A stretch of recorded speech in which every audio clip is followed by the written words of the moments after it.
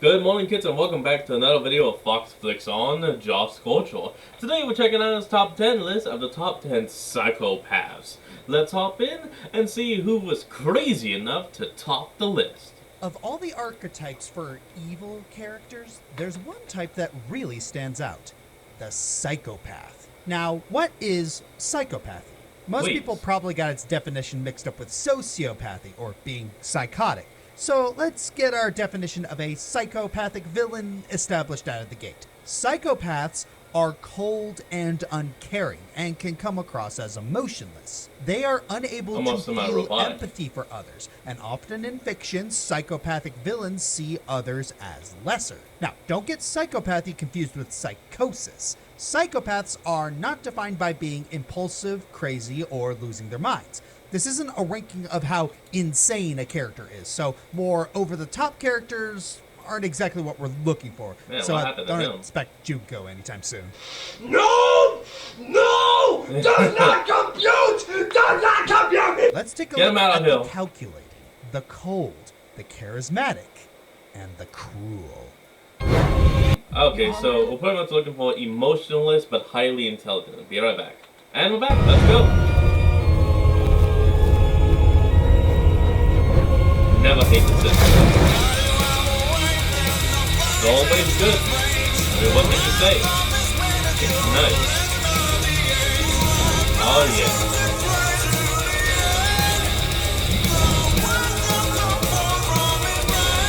Very good to all these people that made this possible. Let's go.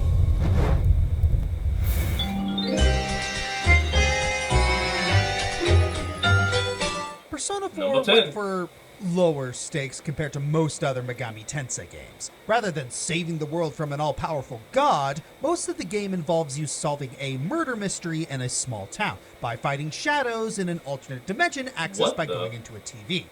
Hey, it didn't say it was any less weird. And like any good murder mystery, there's tons of misdirection before you get to the real culprit, Adachi. At first glance, Adachi seems like the complete and utter opposite of a psychopath.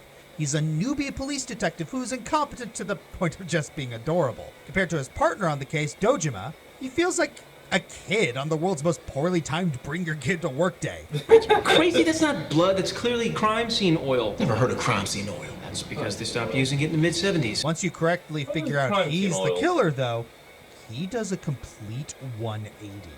He was manipulating you the entire game, and Namatame was nothing more than his misguided pawn. As it turns out, Adachi also has the ability to summon a persona. Heck, his is even an evil version of Narukami's. And then there's how his own development serves as a perversion of the heroes. All of them had to deal with unfair circumstances in life, but were able to overcome them thanks to confiding in others. Adachi, on the other hand, just sunk further into his self-delusions. He doesn't have any aspirations to conquer the world, just have fun in his own sadistic way. If you're not careful, he can trick the characters and, by extension, the player into getting the bad ending. Golden makes things all the worse since it adds the ability to establish a friendship with him, giving you even more of his actions to shudder over in hindsight. And if you feel like it, you can let him get away with everything right in front of you. The only reason I can't rank Adachi any higher is because his schemes start out less as a result of his own cunning and more as a result of really dumb luck. Lucky. Napoleon Dynamite. While we move on to number 9. What is it about true crime shows that draw our attention? Is it the mystery of the crime committed, or the morbid curiosity of the motive? What drives a murderer to commit their grisly deeds? You never know. Notoriety, revenge. Well, in this case, that need to kill in your head is art! Which brings us to Jhin, the virtuoso. An eerie I don't get it, but I'm laughing. Serial killer hidden behind a mask. He is an ace marksman with a twisted fascination with death. Damn. To him, killing isn't a necessity. It is an art. And the target is at their most beautiful once they've met their fate. And it's his goal in life to make sure every death is a perfect masterpiece. He also has a particularly eerie flower motif, symbolized in his cinematic trailer where his performers explode into a blossom of flowers upon their demise. If his mindset wasn't terrifying enough, just listen to his voice. He barely ever raises it except to laugh. Other times, There is no drama in a peaceful death. And now the curtain rises. Oh. Perfection is acceptable.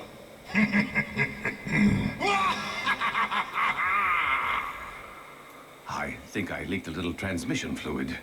something else Gross. about Jhin is that he's got this weird fixation on the number 4. Like, everything he does is in 4s. His gun, 4 bullets. The dancing grenade can take out 4 enemies. And his 4th shots deal extra damage. The number 4, the Japanese number of death, is practically embedded in him. So Yeah, when he's that's cool. preparing to kill, does it count as foreplay? I begged her not to.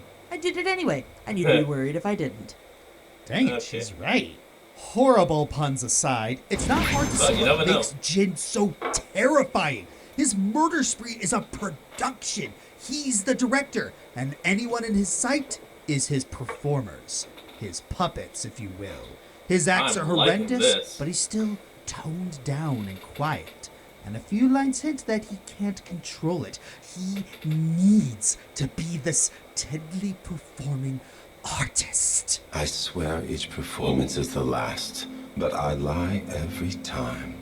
Whether he means this or not, the compulsion to make art until somebody dies makes him a legitimate threat, coupled with an unhinged design and an obsessive kit. Well, that was awesome. Now we're on number 8. With GTA 6 coming out next year, I think it's a great time to Oh, look back hey, on one of finally. Rockstar's most prolific psychopaths. A psycho who assists the main characters, but then becomes a problem for everyone around them due kidnapped to his how wife. unhinged he Oh, is. shit. Despite his obvious paranoia, he was actually able to manipulate everyone into doing what he wanted, leading to everything crashing down for the main characters and one of them getting expelled. Wait, expelled? Oh, right, we're talking about Gary from Bully. It's silly me. Oh. I forgot my own avoid over-the-top characters rule. Yeah, Oh, thank people forget how manipulative Gary was. Just because we didn't have guns and hookers didn't mean we can't have devious dastards. He started out as your friend, but you can tell right away he wasn't all there. You even think if Headmaster Crabblesnitch was going to be the main bad guy considering how he treats you. Well, Gary stops taking his meds, declares war in front of the whole school, and puts you in a cage match with the biggest bully in the district. Crap. And despite saying he wants to rule the school publicly, each of the cliques still listens to him. Our boy Jimmy is stuck going to situations where he has to take down each clique due to misunderstandings with Gary. Jimmy wins, but that was Gary's plan. He gets Jimmy expelled, gets the townies to go after him, and becomes damn. head of the school. You know what? Gary? You're not a good friend. Why did Gary do all of this? Oh. Because he could. He thought Jimmy was going to betray him and decided to counter-betray him first, out of sheer paranoia. And it worked worked. until Jimmy got the bullies and townies to help him take back the school. The two end up fighting on top of the building where Gary reveals his whole master plan. But it's so long-winded that Jimmy just chases after him and ignores it for the most part. And honestly, Oh, come I'm on, not I wanna to hear join it. him. What places Gary lower is that most of the manipulation we see him do is off-screen. We see him publicly get to the preppies, but then he doesn't show up until the final chapter, only being mentioned spreading rumors. But if you wanted to say he should place higher Okay. because of that, then I probably wouldn't argue with you. After all, some of the best manipulators are the ones who work behind the scenes and are never noticed. Very and common, Gary very classic. played that role very well. Oop, hold on, we'll be right back. And we're back. Let's go. Number 7, we have... Ace Attorney is a series with a whole cavalcade of baddies of all kinds of flavors. But the thing is, a lot of Ace Attorney characters are way too over the top and emotional to really count here. all except Yeah. for one. And if you know Ace Attorney, the very mention of his name invokes fear.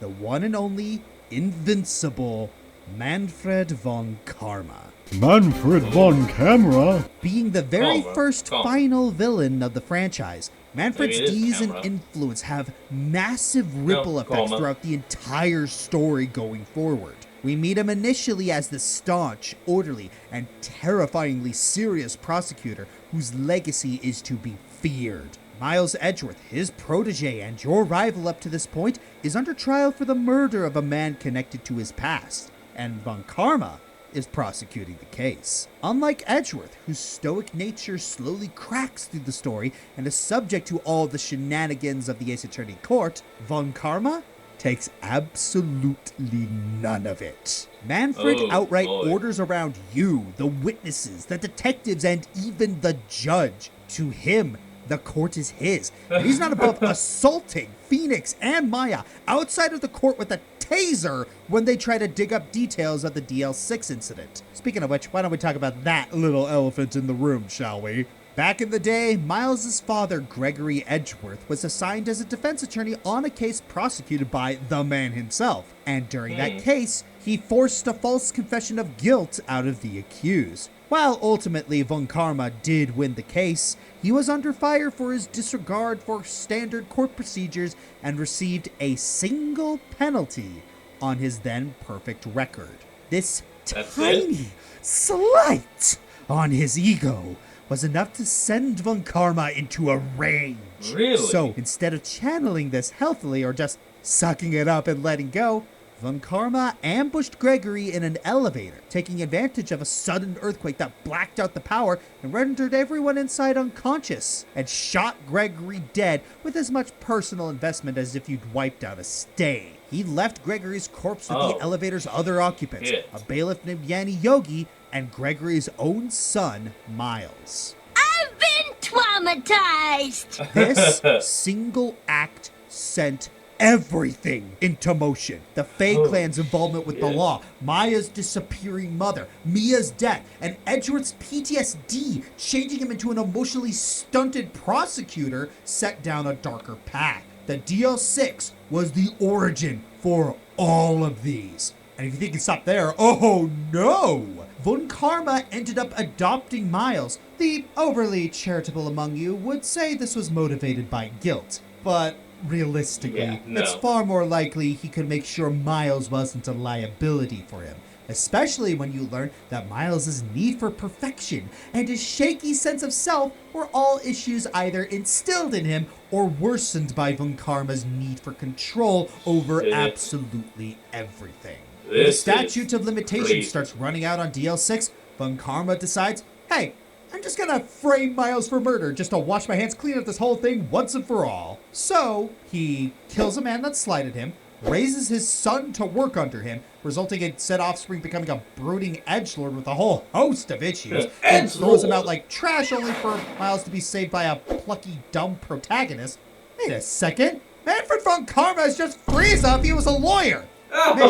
Is he racist? In stark contrast to nearly is he racist? Now that's a question. every other villain in the franchise, Manfred is taken deathly seriously all the time.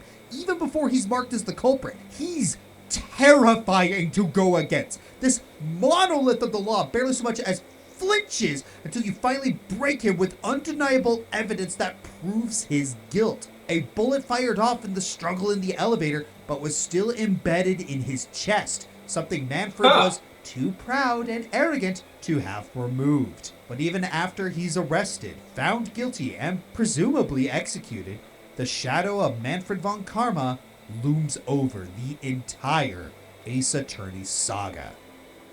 That is some crazy stuff. We'll be right back. And we're back from the lawyering of number 7 to number 6. Lucky case 7. Let the tearing of limbs commence! Chop chop! Okay, anyone confident enough to walk around in that much swag has to be a psycho. When you're the hero of Bower Lake, looking to dethrone the despicable mayor of Bowerstone, you need all the help you can get. Unfortunately, one of the few people you need to depend on is a vain nutcase named Reaver. He's the hero of skill, a pirate, and a pretty dang good marksman. He'd have to be able to shoot a captain from across the water. When you meet him, he comes off as a bit of a snobby eccentric, but trust me. Oh, Get shit. to know him and you'll see he's way worse. Already, he's a narcissist whose only desire is self-fulfillment, and you've basically got to dazzle him into agreeing to this alliance. He'll shoot anyone who doesn't get his art piece just right. Oh, and turns out he's an errand boy for a shadow cult, bringing them unsuspecting people to sacrifice their youth to keep himself baby-faced. Whether the next banquet is yourself or a young girl depends on how selfish you want to make your character. Unfortunately for you, he's the best shot you've got, so whether you like it or not, and you won't, you're stuck with him, at least until after the main story for Fable 2. Oh, and when you next meet him in Fable 3, he only gets worse. He became a rich industrialist with all the compassion and fairness of a GameStop manager who openly and proudly promotes child labor. Oh, and he also hosts masquerade parties where he gets to kill people because why not? Why do I picture him investing in the Hunger Games because he's funny? But of course, Reaver didn't start out as an unhinged aristocrat. The whole reason he's been dealing with the Shadow Court is because he genuinely fears growing old and death. It's an understandable fear, but he took the coward's way out by selling out innocent people, and it cost him his village and a loved one. Then I see him running madly through fields, the realization of just what price he has unwittingly paid hanging like a tragedy mask from his face. He falls to his knees before the town he called home, now a dark circus of screams. Hers is among them, but he can do nothing to stop it. He mourned briefly before he girlfriend? completely snapped, Wife? deciding that if his fears made him a monster, he might as well play the part full time. And the ultimate kicker, other than the internal stuff, Reaver faces no consequences for his deeds. He kills artists for not capturing him perfectly. The 4th time this guy has been shot. Encourages your bad behavior, acting like a posh shoulder devil, and he barely even tries to hide how he plans to betray us. Lucian and I had a gentleman's agreement. How dare he betray me? And just when I was in the middle of trying to betray you. How inconvenient. But, again, we need his help. So we're gonna have to grin and bear it. I feel like we could have delved deeper into the complexities of how he was shaped like this, but hey, we still got a fun, amoral character, made even better by Stephen Fry's voice acting. Oh. That's nice. Well, move on to number 5. When it comes to Pokemon, you'd honestly be shocked by how dark some of its villains get. And in Diamond, Pearl, and Platinum, we get a man who's an absolute anomaly, even by this franchise's standards. The supreme leader of Team Galactic, Cyrus. This guy is creepy. Being the leader of a villainous organization, he's already on the headlines of Sinnoh's Most Wanted. Team Galactic gets really busy, not only stealing Pokedexes, but they go as far as bombing a lake to draw out legend. Multiple lakes at that. Dairy Pokemon. But nobody, not even Cyrus's loyal admins, is aware of just how far his plans go. See, Cyrus doesn't like people, believing the human heart is inherently flawed and that emotions are a weakness. Cyrus wants to use the emotional trio to draw out Dialga and Palkia, the gods of time and space, and use them to destroy the universe and remake it in his own twisted sense of peace. One where human emotion is gone. Exist. That is certainly a plan, and Cyrus is sure to wax poetic to you about. Just asking, but wouldn't the best way of doing that would have been to, well, you know, just get rid of the emotion Pokemon? About his philosophy.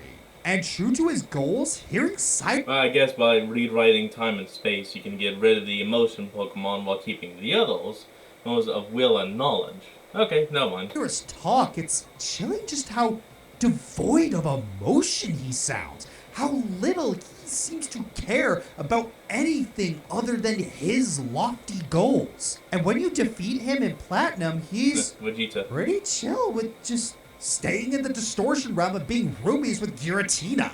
You'd think being trapped in an eldritch hellscape for all eternity would be something to bother you, but he's just fine with it. But his plans don't even stop there. In Masters, Cyrus runs into Darkrai and finds that the endless dark nightmare of pure nothingness that the ghoulish phantoms subject his victims to is just the type of empty universe he can get behind. I'll be honest, dude's pulling off some major swag in that suit. Cyrus sees putting people into a void of darkness as a kindness.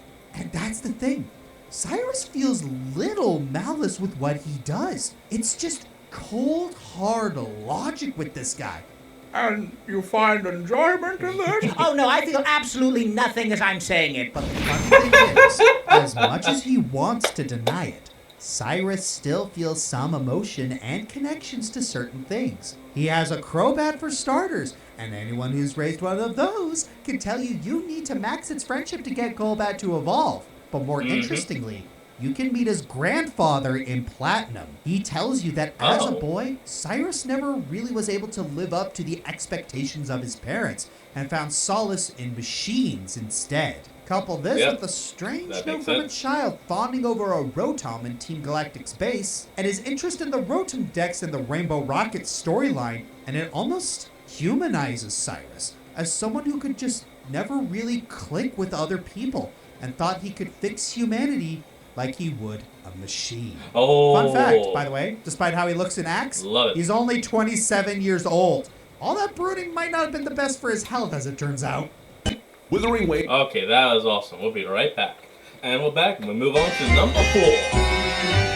Finally, death. Fire Emblem Binding Blade. Some of you may be surprised that I hardly ever talked about this game, considering it is the one where my boy Roy came from. Well, between the fact that it's unlocalized and Roy turning out to not be the best protagonist in the world, it's a little tough to get through. Seriously, Roy, why don't you promote early enough so you can fight in the game? I want to like you, man. Don't do this to me. But we're not here to talk about Roy. We're here to talk about arguably the best character in the game, Zephiel, the King of Burn.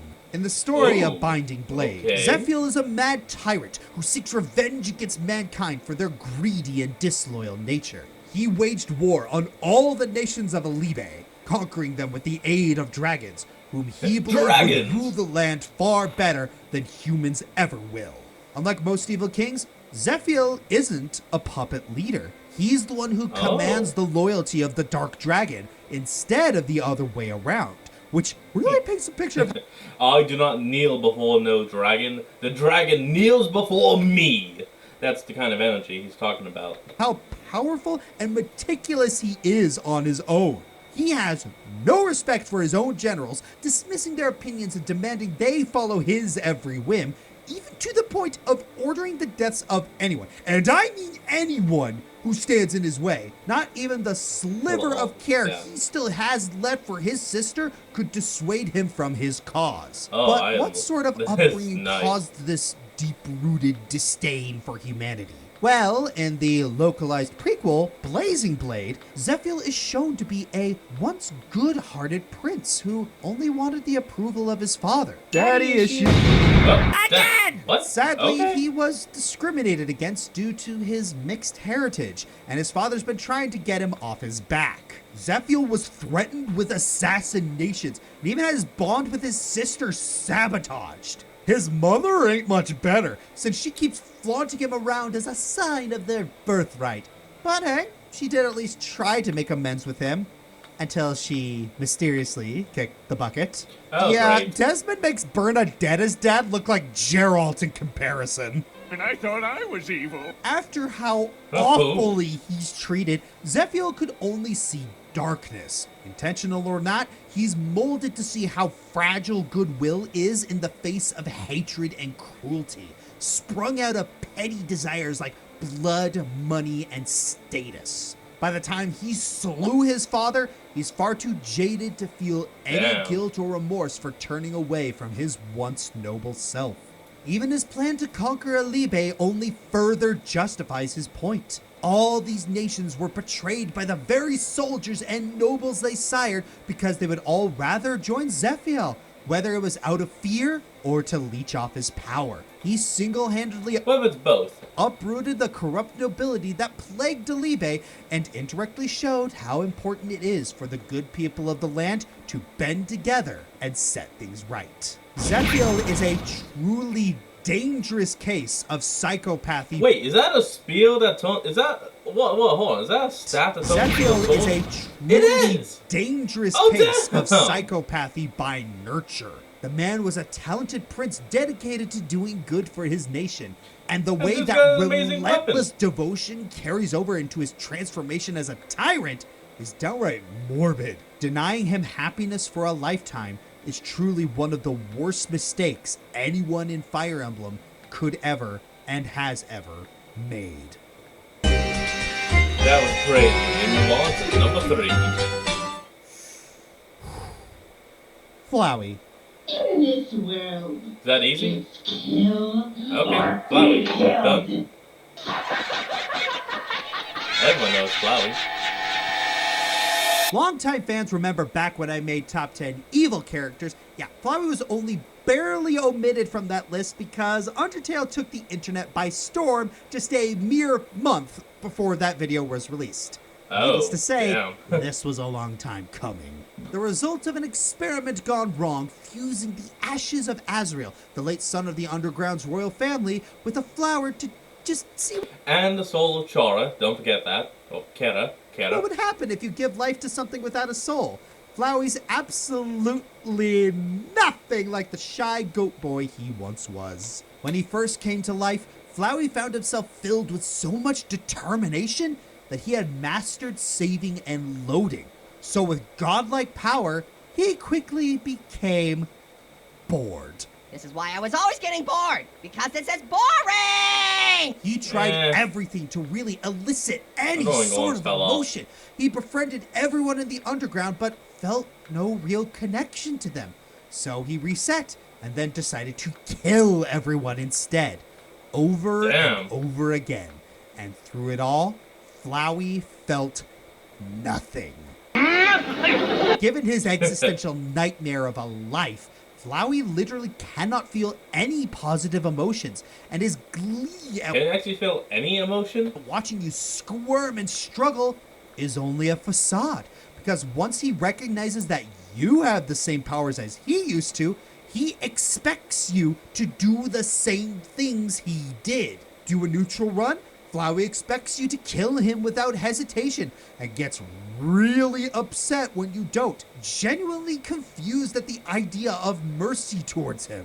On the no mercy route, Flowey finds kinship in you, recognizing Chara's influence and acknowledges that you're both. Apparently it's meant to be a play on the word character, so you're meant to say it as Kera. Empty inside.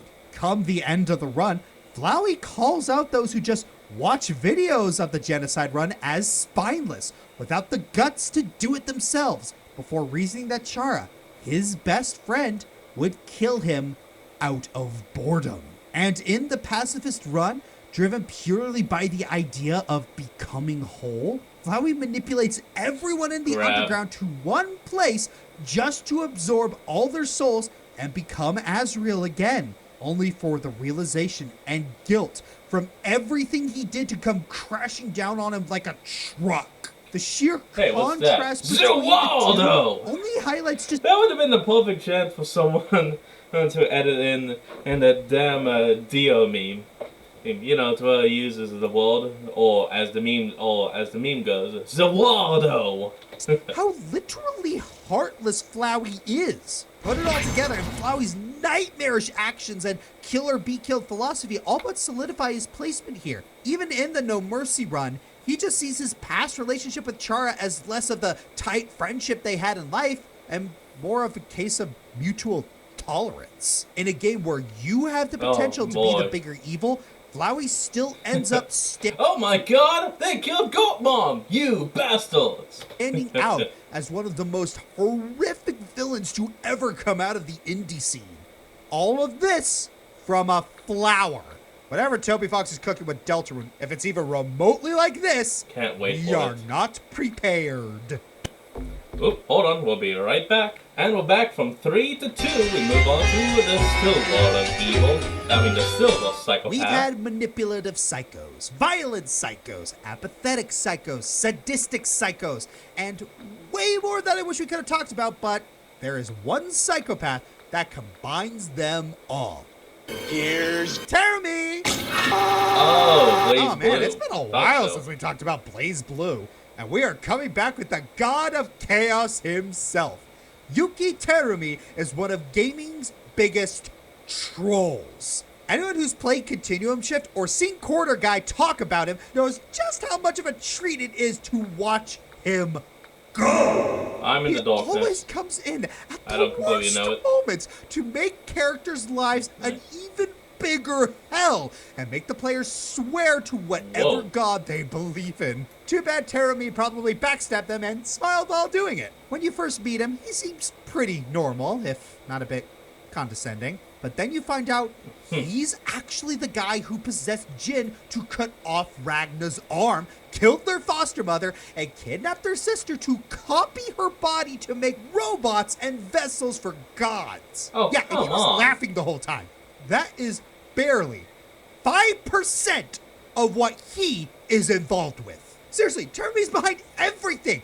Ragna's tragedy, the Ikaruga War, the Librarium as a whole, humanity finding the Amaterasu unit, and the Murakumo units. Oh, crap. Every evil or tragic thing that occurs in every character's life in Blaze Blue could in some way be traced back to this a-hole. He's an a-hole. He doesn't care about anyone. He just wants to break the chains of his fate to become a free god. He would submit himself and then backstab anyone he wants for his goal. Oh, nice jacket. And he revels in it. It literally gives him sustenance. Coming in, gloating at how he got the upper hand, and then just brutally torturing someone is akin to anyone else eating. Just look at any scene of Hazama or Terumi in the games, and you'll just be impressed by how much of a hole this guy is. It is no surprise that he ends up... It looks like we found the visual definition of ass hell. being the main villain of the series. He does everything, and I mean everything, to accomplish his goals. What I listed earlier doesn't come close to the total destruction and insanity that he goes through on a whim. And this is a series with people like Relius Clover and Itsunami, whose actions make war criminals seem pleasant. Terumi really is the end-all of video game psychopaths. Even in the rabbit hole of Blaze Blue, he's the one thing people remember and love most about it. Now, if he's so good, why is he only number 2? Well, Terumi is someone who revels in his psychopathy so much that he doesn't even bother hiding it. Number 1 is subtle, and even more important, doesn't feel anything, not even joy, from what they cause. Do we have honorable mentions? Yes, we do. Let's move on to those. Roll call. Wesker, Resident Evil, a greater good Fruit Loop trying to destroy humanity to save it. Andrew and Ashley, Coffin of Andy and Laylee, the brother-sister cannibal duo with a toxic bond that's more disturbing than any demon. Vladimir Makarov, Call of Duty. The ends justify the means, so why not end everyone on his way to the top? The real Alex Mercer, Prototype. Says a lot about a guy when the super virus parading his corpse around and eating people's memories has a better view of humanity than he does. Cazador, Baldur's Gate 3. Oh, I'm guessing I would be actually from like Prototype 2. This guy fucked Asterion up, figuratively and unfortunately literally. Oh my lord. Xemnas, Kingdom Hearts 2. Would have made the list. Very high on the list. If not for Dream Drop distance ruining his character. Louis from Pikmin. If you know, you know. Sephiroth. All I can say is that if you don't really know about Louis, you don't really need to get the second game. I would get it because it's fun as heck. But there's a Dubus Goobus video that pretty much just explains why Louis is like the embodiment of Satan. Final Fantasy. Holy Turns crap. out learning your entire reason for existing is because a corporation grew you in a lab from a weird alien goddess so they could achieve godhood isn't really the best thing for your mental health. Who knew? And now we move on to number 1. Ooh, uh-oh. What's going on? citizens and leaders of the world. What? What's this? Minutes ago, operatives working for Advance detonated nuclear explosives simultaneously in 4 major cities across the continent. What the? Yay! What you just saw was double that. The message from Prime Minister Julia Salsbury, a politician from a little game called Not for Broadcast. In short, it's an FMV player choice game where you edit a live news broadcast and control what people see and hear through the media. All the while, your dystopian British nation faces increasing political turmoil. Julia is a representative of the Advance Party, and the game's first broadcast shows her, alongside Peter Clement, giving their address after having been elected as the nation's prime ministers. From watching the broadcast, Julia appears to be the more straightforward politician of the two. Conversely, Peter is an aloof and sailor-mouthed drunkard who used to be a TV personality. Ooh, what was that? Gee, I wonder who that's based off of. You guessed it! Ronald Reagan. You'd think someone as old and office rocker as he is would be moments away from snapping while in a position of power, right? Yeah, not likely.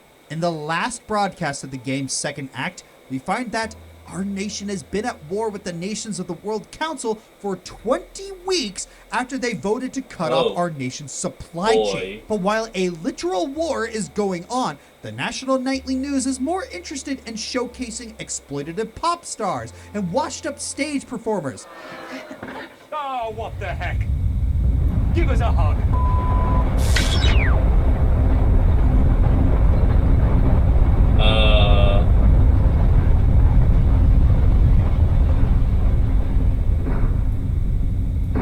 I would definitely need to see some.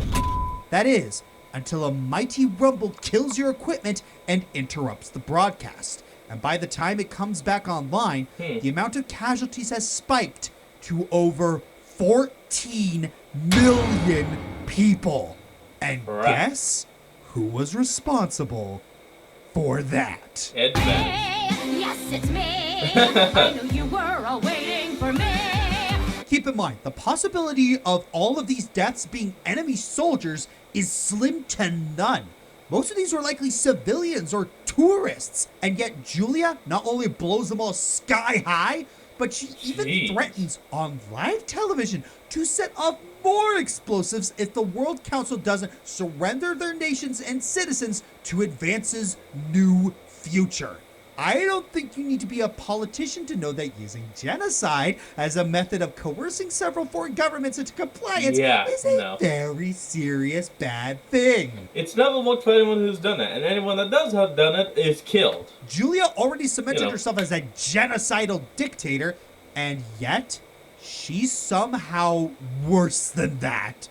Throughout the game's third act, we hear more and more people unable to have children, or at least unable to have children that aren't born with several birth defects. Oh, why? No. Because Julia had the bright idea to slip chemicals meant to induce infertility into her government-sanctioned food boxes as a test for opt-out contraception. Without the public's knowledge or consent. When this inevitably went south, Julia decided the best thing to do was to blame the nation's sterility on her bombs and manipulate people's perceptions towards starting a family so she wouldn't lose supporters. Co-Prime Minister Peter Clement never tried using lies and manipulation to keep himself in office. Julia even calls her fellow politician her conscience right before it's revealed that she had him assassinated after he threatened to publicly destroy her reputation. Ready to change your vote now? Well, too bad, because Julia not only has elections suspended, but anyone who disagrees with her policies gets sent to betterment facilities. It's at this point the phrase literally Hitler ceases to be a meme. And yet, this is literally Hitler. Despite all her crimes, she cannot stop giving excuses. Oh, the only other solution to the mass infertility was to destroy the nation's livestock? Oh, that sounds awful. Maybe you should have thought of that before making your country your lab rats. Yeah. As for the bombings, her best excuse boils down to, it was tough love. Maybe you call it cruel, but others would call it love. This ain't love. It ain't anything like I that. see. She was just doing what was required. Any decent leader would have done the same thing. After all, would you rather have the other side's policy? Now, those familiar with Not for Broadcast will recall that, yes, if you want, you can absolutely side with her and assist in her dictatorship. But unlike Alan James, the Disrupt Party spokesman and Julia's antithesis, you can't change her actions by making different choices. It doesn't matter who you support.